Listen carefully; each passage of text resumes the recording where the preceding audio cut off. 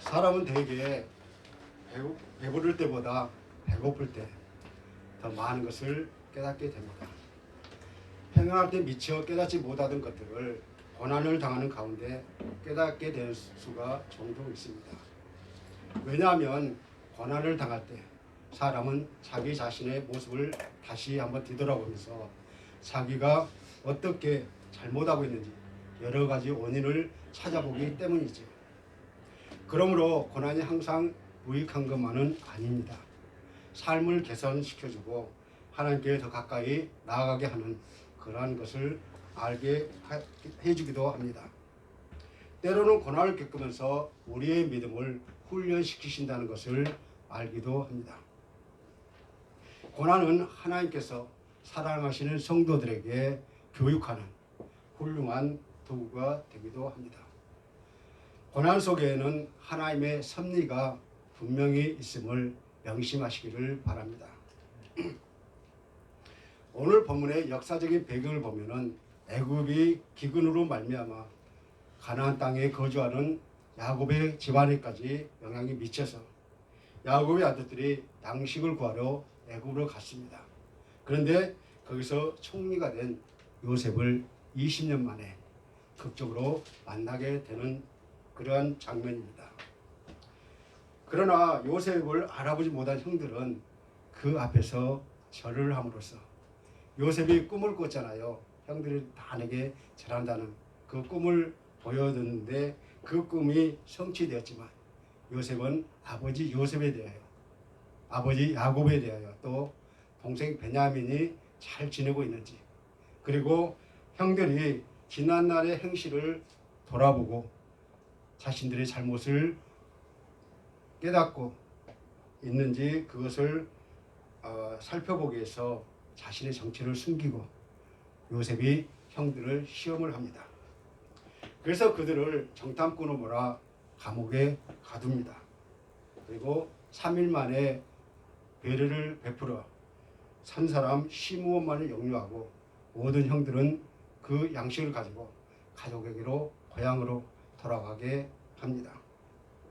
이것은 야곱의 가족이 기근으로 말미암아 겪고 있는 어려움을 덜어주기 위해서 요셉이 베푼 그런 배려였는데 그러면서 어머니 라헬이 죽음과 함께 낳아주신 유일한 친동생 베냐민을 꼭 데리고 와야 한다는 것을 거듭거듭 강조하고 있습니다. 그제서야 요셉의 형제들은 자신들의 그 과거에 저지른 잘못이 드디어 자기들에게 돌아오고 말았다는 그렇게 생각하면서 자신들이 한 행동에 대해서 뼈저리게 후회하고 있습니다. 저는 오늘 본문을 통해서 고난 속에서 하나님이 우리를 어떻게 깨닫게 하시는지 한번 살펴보면서 함께 은혜를 나누고자 합니다. 첫 번째로는 자신의 죄를 깨닫게 하십니다. 사람은 죄를 지을 때 창도 뚫을 수 없을 만큼 마음이 강팍해진다고 말하고 있습니다. 요셉의 형들도 아버지가 다른 아들보다 요셉을 더 사랑함을 보고 요셉을 시기하고 미워하기 시작했던 것입니다. 게다가 요셉의 꾼 꿈 때문에 형들의 시기심이 더해져서 요셉을 죽이려고까지 했다는 것입니다. 더 나아가 결국 미디안 상인들에게 돈을 받고 팔아버리고 아버지에게는 악한 짐승에게 그가 잡아먹겠다고 거짓말을 하게 된다는 것입니다. 사람이 죄를 지을 때 이렇게 악해진다는 것을 다시 한번 우리에게 말씀해 주고 있는 것입니다. 하지만 조금 지나면 그 일에 대한 깊은 후회가 되고 정말로 그 일을 왜 저질렀는지 온 세상에 드러날까 그 불안이 몰려오고 있습니다. 그리고 내가 나쁜 짓을 했다는 죄책감에 사로잡혀 괴로워하고 있습니다. 시간이 지나면 잊혀질 줄 알았는데 그 죄책감이 마음속 깊이 뿌리를 받고 조금씩 자라나면서 그 인생의 송두리째 사로잡는 그러한 일이 일어나고 있습니다. 본문 21절 앞부분을 보면 요셉의 형들은 우리가 아우의 일로 말미암아 범죄하였도다라고 고백하고 있습니다. 거듭되는 시련 속에서 감옥에 갇히게 되자 마침 형들은 그동안 까맣게 잃어버렸던 자신들의 죄, 즉 20년 전에 죄 없는 동생 요셉에게 차마 하지 못할 짓을 하게 되었고 상인들에게 은 20을 받고 팔았다는 그러한 행위에 대해서 뉘우치고 있기 때문입니다. 그러면서 그 핏값이 자신들에게 돌아오는구나 하는 탄식하는 이 말은 그동안 그들이 얼마나 오랫동안 동생을 해코지한 죄책감에 시달렸는지를 우리는 알 수가 있습니다. 누가복음을 보면 탕자 이야기가 나오는데요. 집을 나간 부잣집 둘째 아들이 아버지로부터 받은 유산을 허랑방탕하게 다 써버리고 그런데 하필 그때 흉년이 들어서 궁핍하게 됩니다. 그나마 돼지를 돌보는 일을 얻어서 그 일을 하게 되었습니다. 그리고 돼지한테 주던 쥐엄 열매를 얻어먹고자 하지만 그나마도 자신에게 주는 사람은 한 사람도 없었습니다. 결국 쥐엄 열매조차 못 먹는 그러한 고통을 당하고 나서야 비로소 자신이 풍족한 아버지 집을 버리고 나온 자신의 죄를 깨닫게 되는 것입니다. 비참한 마음이 들고 자기 자신의 현실을 너무 힘들었을 때 둘째 아들은 아버지와 함께했던 그런 시간들을 추억하면서 아버지 집으로 돌아가기로 결심을 합니다. 그러나 아버지 볼 면목이 없었습니다. 그래서 아들은 아버지의 품꾼 종이 되어 아버지의 집으로 가기로 결심하게 되는 것입니다. 이처럼 고난은 우리로 하여금 지혜를 깨닫게 하고 겸손히 하나님께 나가게 한다는 것이죠. 하나님께서 우리에게 형통한 가운데 가르치실 수 없는 것을 고난을 통해서 저희들에게 가르쳐 주십니다. 특히 죄에 대한 심판을 깨닫게 하십니다. 형통도 하나님의 가르침이지만 고난은 죄를 깨닫게 하시는 하나님의 특별한 가르침이라고 말씀하고 있습니다. 사람들은 형통할 때 타락할 수 있죠. 그러나 고난이 찾아오면 자신의 죄를 돌아보고 회개하게 되는 것입니다. 고난은 이처럼 자신의 과거를 살피게 하는 거울과 같다는 것이죠. 요셉의 형들도 자신들이 고통을 받고 나서는 비로소 내가 과거에 누구에게 고통을 준 적이 없나 살피고 자신들의 죄를 깨달았던 것입니다. 우리는 평안할 때 마치 자기가 의인인 양 스스로 자기를 속이고 있다가 고난을 당하면서 자기가 얼마나 몹쓸 짓을 많이 했나 알게 된다는 것입니다. 이런 면에서 고난은 눈을 밝게 하는 양약과 같다고 말하고 있습니다. 물론 고통이 다 죄로 인한 것은 아니지만 그래도 가장 큰 원인이 된다고 말하고 있습니다. 혹시 여러분 중에 물질적으로나 또 마음적으로 고통을 당하고 계십니까? 겸손한 마음으로 자신을 살펴보고 자기의 일을 다시 한번 점검하는 그러한 시간이 되시기를 주님의 이름으로 간절히 축원합니다. 죄를 깨닫든지 아니면 하나님께서 내게 고치시기를 원하는 것이 무엇이 있게 되는지를 알게 하신다고 말하고 있습니다. 그럴 때 우리는 신속한 행동으로 옮겨야 합니다. 그럴 때 진정 마음의 평강이 임할 것입니다. 두 번째로는 양심의 책망을 무시한 것을 깨닫습니다. 창세기 42장은 우리의 양심에 호소하는 장입니다. 양심은 우리 마음속에는 작은 소리라고 말하고 있어요. 그러므로 신앙생활에 있어서 양심은 대단히 중요한 기능을 행하고 있습니다. 예수님을 믿을 때는 양심을 따라 믿으면 됩니다. 그렇기 때문에 양심을 어떻게 지켜나가야 하는가가 신앙생활에서 대단히 중요한 문제라고 합니다. 사실 사람이 죄를 지은 후에 죄책감을 느끼는 것은 당연한 것입니다. 죄책감이 들 때 우리는 내가 하지 않아야 할 일을 했다는 후회와 함께 양심이 살아나는 것입니다. 그리고 죄로 인한 아픔이 느껴지면서 다시는 그러지 않아야겠다는 반성을 하게 되는 것이죠. 본문 21절 후반부를 보면 요셉의 형들은 요셉이 그들에게 예결할 때 그 마음의 괴로움을 보고도 듣지 아니하였으므로 이 괴로움이 우리에게 임하도다라고 양심의 책망을 무시한 것을 깨닫게 되었습니다. 그 어린 요셉을 구덩이에 던졌을 때 무섭고 떨리는 그 마음으로 형들에게 살려달라고 간절히 예언하지 않았겠습니까? 그런 동생을 불쌍하게 생각하기는커녕 낯선 이들에게 그것도 돈을 받고 팔아버리는 비정한 형제들의 모습 속에서 인정이라고는 전혀 보이지 않습니다. 그 당시는 그것이 죄라고 느끼지 않았을 것입니다.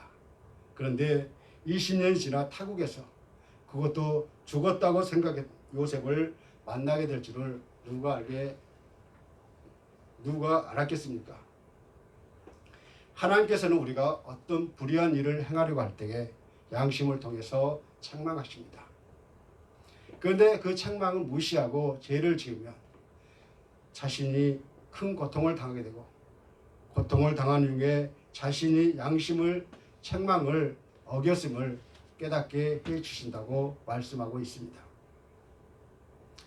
우리가 잘 아는 것처럼 구약의 요나서를 보면요, 선지자 요나는 죄로 가득한 이스라엘에게 베푸신 하나님의 거룩한 긍휼을 보았습니다. 그리고 그런 요나에게 하나님께서는 아수리의 수도인 니느웨로 가서 회개를 촉구하라고 말씀하셨습니다. 그러나 요나는 마음속에 들려오는 그 양심의 책망을 무시하고 니느웨의 반대 방향인 다시스로 떠나기로 선택을 합니다. 그는 하나님의 무한하신 자비를 직접 목도한 자로서 만일 자신이 니느웨에 있는 이스라엘의 원수들에게 회개와 용서의 메시지를 전한다면 하나님께서는 그들에게도 분명히 그 자비를 베푸시리라는 것을 알고 있었기 때문이었습니다. 아수르는 이스라엘 백성에 있어서 매우 잔인한 대적이었습니다. 어쩌면 니느웨로 가라 하신 하나님의 명령은 요나 자신을 위험에 빠뜨릴 수도 있었고 니느웨 백성에게 하나님의 임박한 진노에 대해 전한다는 것은 그가 가장 경멸하는 백성들에게 멸망을 피할 수 있는 기회를 주는 것이었기 때문에 여호와의 말씀에 순종하지 않고 물리적으로 이스라엘을 떠나 도망하기로 선택한 것이었습니다. 성경은 그가 여호와의 얼굴을 피하려고 했다고 말씀하고 있습니다. 순종 대신에 하나님으로부터 멀어지기로 결정한 것입니다. 결국 요나의 불순종으로 폭풍이 일고 그가 바다에 던져져서 큰 물고기 뱃속에서 들어가는 고통 중에서야 비로소 자신이 양심의 책망을 무시한 것을 깨닫게 되었던 것입니다.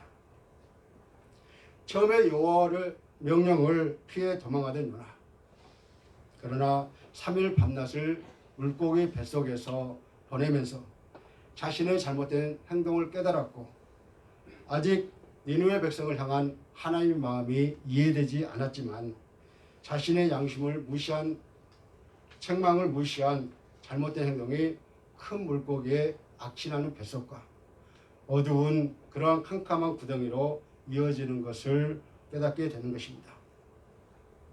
베드로를 한번 보겠습니다. 베드로는 예수님의 수제자입니다. 그리고 예수님이 돌아가신 후에는 초대교회를 이끈 정말로 인물이었습니다. 예수님이 붙잡히기 불과 몇 시간 전에는 내가 주님과 함께 죽을지언정 결코 주를 부인하지 않겠다고 땅에 꺼지게 있도록 장담했던 그러한 사람이었습니다. 이처럼 베드로는 자기 자신을 믿는 마음을 갖고 있었습니다. 그러면서 자기가 믿는 그대로 될 줄을 믿었던 것이죠. 그랬던 그가 그날 밤에 나는 예수를 모른다 라고 3번 부인한 후에 다구는 소리를 통해서 다구기 전에 네가 3번 나를 부인하리라는 예수님의 그 예언의 말씀이 생각나서 양심의 책망을 듣고 죄책감을 느끼며 통곡하고 있습니다. 비로소 나는 나 자신을 믿었지만 정말 나는 믿을 수 없는 사람이구나. 주님을 부인하지 않으려고 했는데 부인하고 말았구나 라고 죄책감을 가지면서 양심의 책망을 무시한 자기 자신을 발견한 후에 자신이 너무나도 추하고 부족한 것을 하나님께 고백하는 베드로를 보게 됩니다. 또 한 사람, 예수님의 제자 중에 한 사람인데요. 회개 업무까지 맡았던 가룟 유다가 예수님을 배신한 것은 바로 탐심이었습니다. 그의 약점은 바로 돈, 물질이었지요.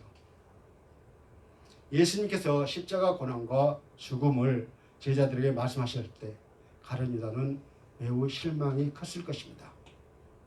그는 예수께서 장차 유대국가를 로마의 제압으로부터 구원할 것이라고 생각했던 가룟 유다였습니다. 실망했다면 조용히 예수님을 떠나면 됩니다. 하지만 유다는 끝내 양심의 책망을 무시함으로 대제사장을 찾아가서 흥정을 합니다. 그러면서 그 당시에 노예의 몸값에 해당하는 은 30냥에 예수님을 팔아넘기는 예수님을 배반자로 예수님의 배반자가 되었던 것이죠. 오늘 여러분에게 양심에 책망하는 소리가 들리십니까? 하던 일을 멈추고 그 속에 불의가 없는지 한번 확인하시기 바랍니다. 우리가 고통을 당한 후에 양심의 책망을 무시한 것을 깨닫는 어리석은 자가 되지 말고 시간 내가 하는 일에 속에서 양심의 책망을 점검하시고 그 지시에 따라 올바르게 행동으로 옮기시기를 주의 이름으로 간절히 축원합니다. 세 번째로 하나님의 공의가 정확함을 깨닫습니다. 하나님의 공의는 선과 악을 분명하게 분별하고 공평하게 제지하는 하나님의 거룩한 성품을 의미하고 있습니다. 즉 하나님의 완전하고 의로운 법을 기준으로 잘못된 것이나 잘된 것이 가감없이 판단하고 심판하는 행위를 일컫습니다. 하나님께서 만약 의롭기만 하신다면 공의와 지혜가 없다고 하신다면 이 세상은 혼란의 도가니가 되었을 것입니다. 반면에 하나님이 전능하시기만 하고 의롭지 않으셨다면 세상은 하나님의 폭력과 변덕으로 인해 고통의 도가니가 되고 말았을 것입니다. 그러나 하나님께서는 의로움과 사랑과 전능하심을 다 갖추고 계신 분이십니다. 오직 스스로 나약한 자임을 인정하는 자는 하나님의 사랑과 공의와 능력 안에서 평화로움과 평화를 만끽할 수 있습니다. 반면 스스로 강하고 잘났다고 생각하여 하나님의 사랑과 공의와 능력을 덧입기를 거부하는 자에게는 자신의 선택으로 인해 하나님의 진노를 정면으로 받아야 할 것입니다. 본문 21절 끝부분을 보면 요셉의 형들은 이 괴로움이 우리에게 임하도다라고 하면서 하나님의 공의가 정확하게 실천된 것을 고백하는 것입니다. 즉 나 자신으로 인해 고통을 당할 때 내가 다른 사람에게 고통을 주었던 그만큼 고통을 당하게 됨을 깨닫게 하셨습니다. 실로 하나님께서는 절대로 속지 않으십니다. 그렇기 때문에 모든 사람을 속였으니 하나님도 속을 것이라고 생각하는 것은 망상이라고 말하고 있습니다. 세월이 지나면 사람들도 잊어버리고 그 악을 행한 본인도 잃어버리지만은 하나님은 똑똑히 기억하고 게다가 정확한 때에 정확한 분량으로 그의 공의로움을 나타내신다고 말씀하고 있습니다. 여러분, 하나님의 공의는 하나님의 바로 성품입니다. 그리고 공의의 하나님이 세상을 다스리고 계시기 때문에 재난이 임할 때 공의의 하나님이 안 계시는 것처럼 우리는 보이지만 먹구름 뒤에 찬란한 햇빛이 비치듯이 하나님께서 그 보좌에서 우주를 다스리고 계신다는 사실입니다. 그러므로 성도는 고통을 당하기 전에 하나님의 공의를 정확함을 깨닫고 경건한 자세로 살아가야 합니다. 말씀을 맺겠습니다. 우리는 오늘 본문을 통해 고난 속에서 하나님이 어떻게 우리를 깨닫게 하시는지 우리를 살펴보면서 함께 은혜를 나누었습니다. 하나님은 우리가 고난 속에서 자신의 죄를 깨닫게 하시고 양심의 책망을 무시한 것을 깨닫게 하시며 하나님의 공의가 정확함을 우리에게 깨닫게 해주셨습니다. 사랑하는 성도 여러분, 우리가 지금 고통 중에 있다 하더라도 하나님께서 깨닫게 해주시는 것들을 잘 한번 정리해 보시기 바랍니다. 지금까지 잘못한 것이 많이 있다고 할지라도 이제는 자신의 모습을 바로 살피고 양심의 책망에 귀를 기울여서 정말 우리가 살아갈 때 하나님 앞에 한 점 부끄러움이 없는 우리의 삶이 되시기를 주의 이름으로 간절히 축원합니다. 하나님의 공의 앞에 두렵고 떨리는 마음을 가지고 그가 원하시는 진실과 선을 행하며 날마다 기쁨과 감사로 살아갑시다. 한 가지 우리가 여기서 유의해야 할 점은 모든 고난이 죄악의 결과만이 아니라는 사실입니다. 이 또한 죄를 깨닫고 돌이키기를 원하시는 하나님의 사랑하는 마음이 비롯된 것이라고 말씀하고 있습니다. 그래서 본문에서 본 요셉과 그의 형들을 당한 고난은 오히려 신앙을 성장시키고 하나님의 뜻을 이루기 위한 고난이었음을 절대로 놓쳐서는 안 된다는 것을 우리에게 보여주고 있습니다. 이런 은혜가 저와 여러분에게 함께 하시기를 주의 이름으로 간절히 축원합니다.